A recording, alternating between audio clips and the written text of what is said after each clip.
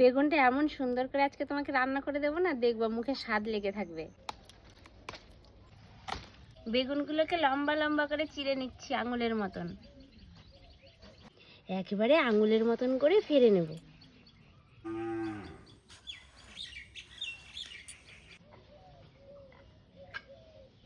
বেগুনের লবণটা লাগিয়ে নিচ্ছি।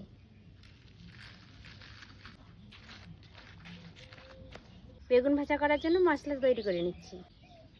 জিরে গুঁড়ি, এটা ধনে গুঁড়ি, শুকনো লঙ্কা বাটা, হলুদ, সামান্য লবণ। ভালো করে মশলাগুলোকে মাখিয়ে নেব।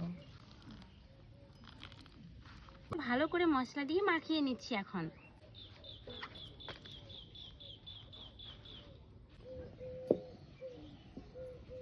খাঁটি সর্ষের তেল, গরম তেলের ভেতরে বেগুনগুলো ছেড়ে দিচ্ছি।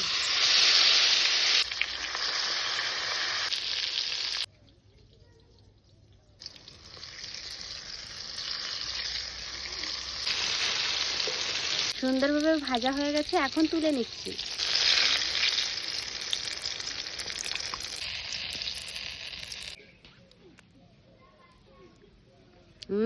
দারুণ টেস্ট।